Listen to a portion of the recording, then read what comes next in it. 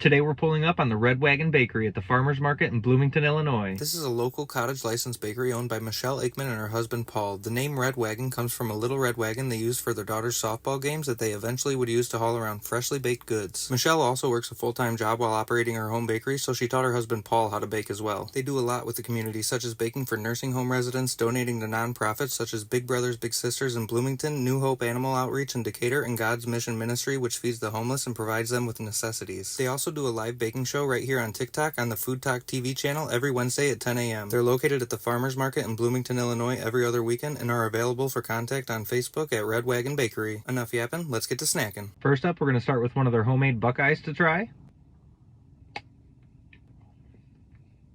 That's fantastic. Peanut butter chocolate and just the right amount of sweetness. 9.2 out of 10. Next up, we've got their blueberry lemon cake.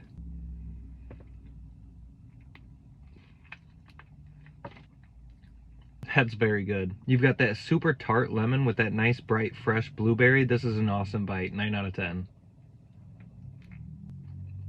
And I believe it's a cream cheese frosting, which is excellent. And lucky for me, my family doesn't like blueberry lemon, so this one's all mine. Next, we got the Reese's peanut butter cake. I know this is gonna slap.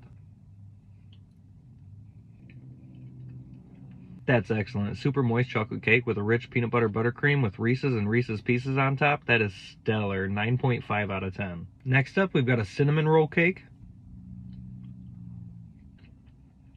Another solid cake. It is slightly drier than the last two, but it is still pretty moist. The cinnamon streusel in the middle is fucking amazing, and the glaze on top is spectacular as well. 8.5 out of 10. Last, but certainly not least, is the cookie butter cookie. Wow. It's a very soft cookie loaded with cookie butter and cookie butter crumbs on top. It's pretty spectacular. I'd give it a 9.6 out of 10 in all honesty. The owner, Michelle, said this was her first time making cookie butter cookies, and she thought herself that it could use a bit more sugar, but I don't know. I think it's pretty spectacular as is. Maybe if you wanted to get real nitpicky, you could throw some like white chocolate chips in there or something, but like I said, 9.6 out of 10 as is.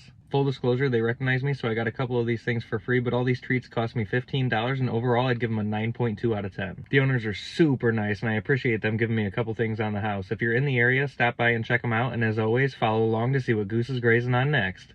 Peace!